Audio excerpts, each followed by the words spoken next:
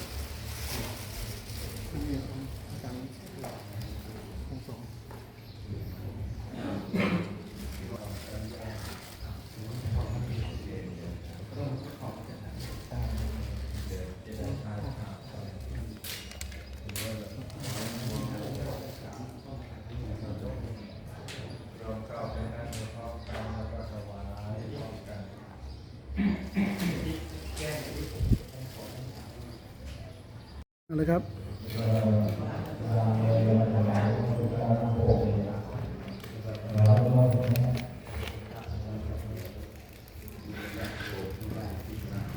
อะไรครับถ่ายเลยครับเรียบร้อยครับ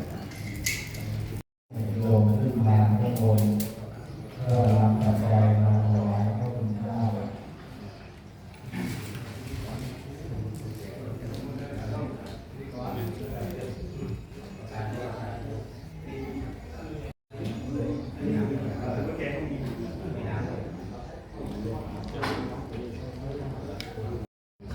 หลวงปู่จ้ะ เดี๋ยวนะครับ หลวงปู่จันทร์จ้ะปู่ดำจ้ะถามทีไหม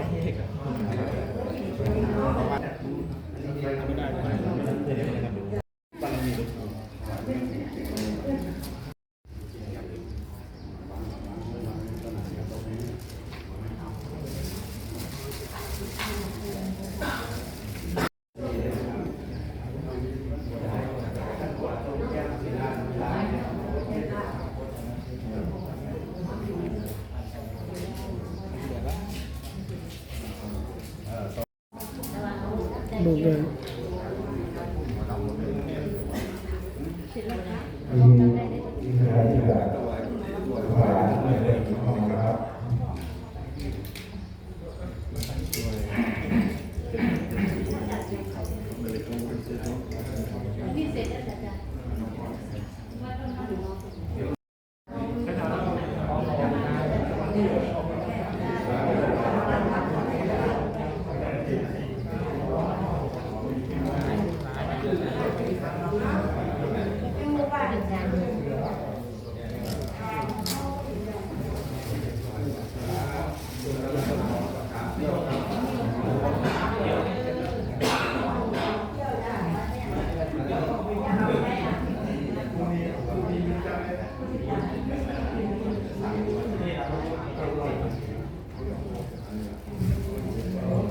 ไม่หลาย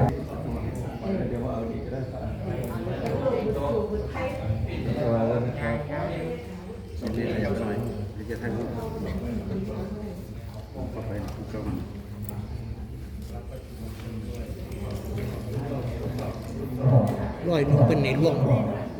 ร้อยหนึ่งเป็นในร่วงตาตา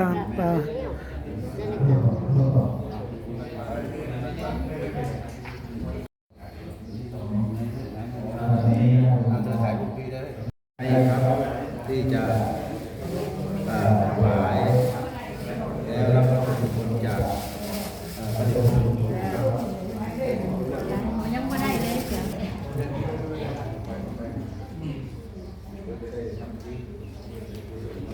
ขามัน อุ้ย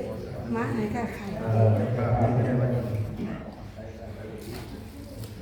หมดแล้วนะครับ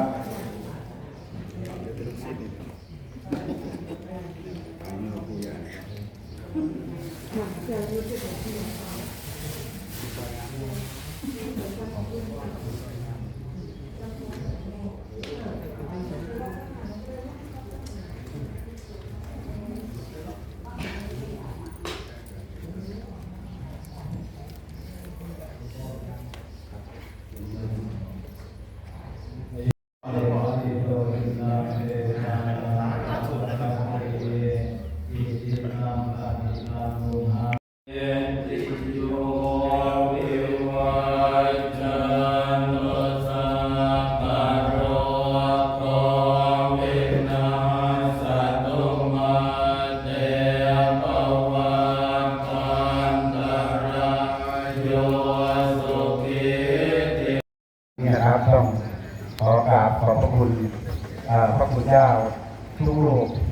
ณโอกาสนี้นะครับพี่น้องเราให้คารวะและก็หลวงปู่ท่านปราบพรมน้ำพุทธมนต์ให้เข้ามารับการปราบพรมน้ำพระพุทธมนต์จาก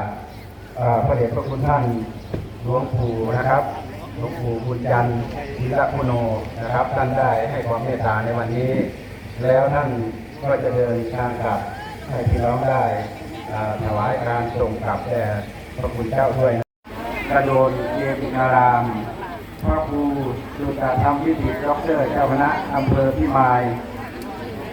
วัดวิปัสสนารังกาใหญ่นะครับพระครูสุตถิตวรคุณด็อกเตอร์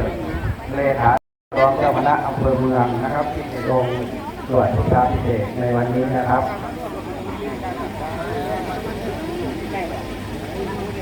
รวมทั้งความเมตตา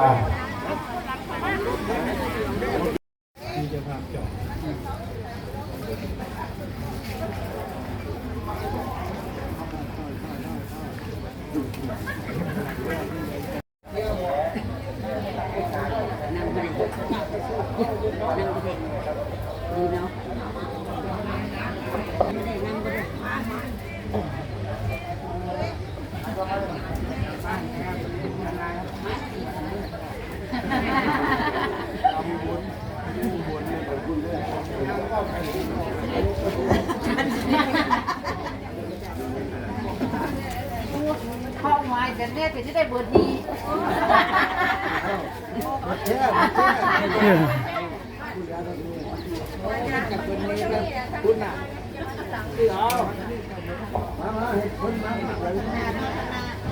เดินยากกันเดินนานเมื่อกี้กับเสือหุ่นรถเราอ่ะ